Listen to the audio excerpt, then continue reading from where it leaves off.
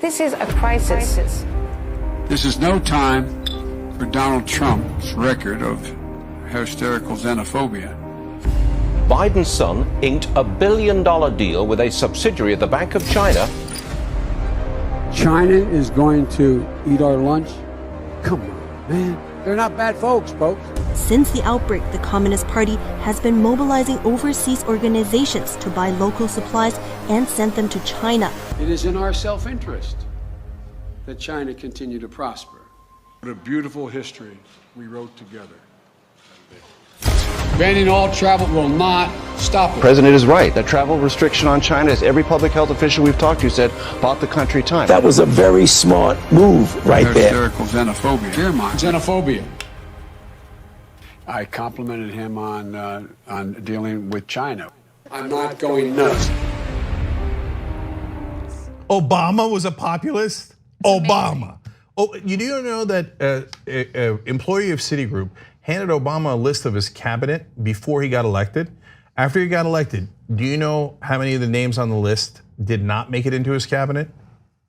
Only one. He is part of a larger problem in our country where former high-profile officials take advantage of the revolving door between government service and corporate sector and help shape the law to protect it. Unethical, probably, but not illegal. This is the shit. This is all going to come up, right? This is not going to come up if they try to impeach Trump, okay? By the way, let's get real. Democrats were first to enlist Ukraine in the U.S. elections. Watch this. Since at least 2016, Democrats repeatedly have exerted pressure on Ukraine, a key U.S. ally, for buffering Russia to meddle in U.S. politics and elections. As I have reported, the pressure began at least as early as January 2016, when the Obama White House unexpectedly invited Ukraine's top prosecutors to Washington to discuss fighting corruption in the country.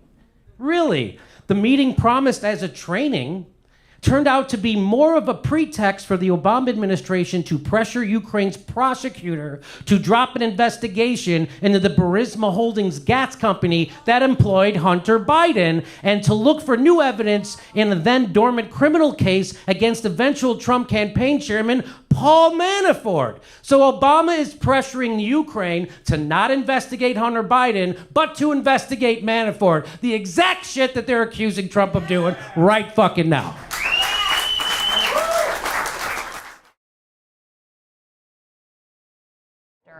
So is that unseemly? Is that the type of thing that we should be accepting from a prominent Democrat? Again, that's a separate issue.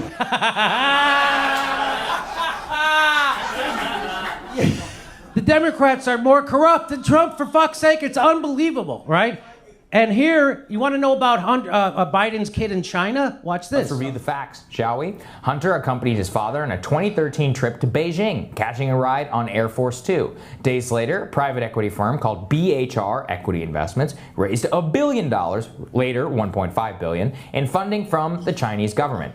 Literally, the company's largest shareholder is the Bank of China. Guess who sat on the board of that company? A Mr. Hunter Biden. Get this, while in China, Vice President Joe Biden shook hands with a man named Jonathan Lee in his lobby. Innocent. Hunter Biden got coffee with Jonathan Lee. His lawyer says just a social call. Weird though, because Jonathan Lee went on to become the CEO of BHR Holdings, which won that loan from the Chinese government. Even better, he bought 10% of that company in October, shortly after his father left the White House. Now, Hunter's lawyers say he wasn't paid to be on the board, and he hasn't received any income from it. Yet. He still owns 10% of that fund. He was sitting on the company's board. You don't think he has any incentive whatsoever to pull some strings? What if he sells that share? How much is it worth? These are obvious follow-up questions that I guess a normal journalist would ask, but alas, I guess it falls upon Crystal and me. The problem for Biden is, of course, that he has locked himself into a story which is very hard to believe. Listen here where he claims that he never once discussed his son's business dealings. I've never spoken to my son about drug dealings. And so how do you know? Here's what I know. I know Trump deserves to be investigated. He is violating every basic norm of a president. Everybody looked at this, and everybody's looked at it and said there's nothing there. Ask the right question. Every single person watching this program knows that the fact that Hunter was involved in these deals is unseemly and a problem. The media excuses it because it's just so run-of-the-mill for them and not worthy of any real scrutiny, because that's just how this town works after all. Consider how routine's Hunter position is. In 2002, George W. Bush's brother Neil signed a $400,000 consulting contract to advise a Chinese semiconductor company, which was founded by the son of the Chinese president. Our system is infiltrated, corrupt, and rotten. And Hunter is just the latest embodiment of this. Democrats and the media are fooling themselves if they don't see just how much more there is. And while all this is going on, Elizabeth Warren's entire candidacy is predicated on rooting out corruption and shutting down the interests of the powerful. But she can't condemn this in full. What does it actually tell us about her?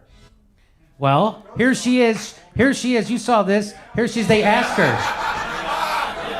So her whole thing is anti-corruption. She came out with her anti-corruption plan. She has a plan for the anti-corruption, and she's asked about this. For two ethics plans, could you say whether or not under a Warren administration would your vice president's child be allowed to serve on a board of a foreign company? No. Why not? I don't know. I mean, I have to go back and look at the details. This is what's called a tell. I think she had an earpiece. Like she's like, no, and they were like, wrong answer, wrong answer, wrong answer, wrong answer. Deflect, deflect, deflect. Just say you're a stable genius. No. Say you're a stable genius. I guess she didn't have a plan for answering that question. You know what, Jimmy? I thought she had to confer with her tribal leaders. Oh.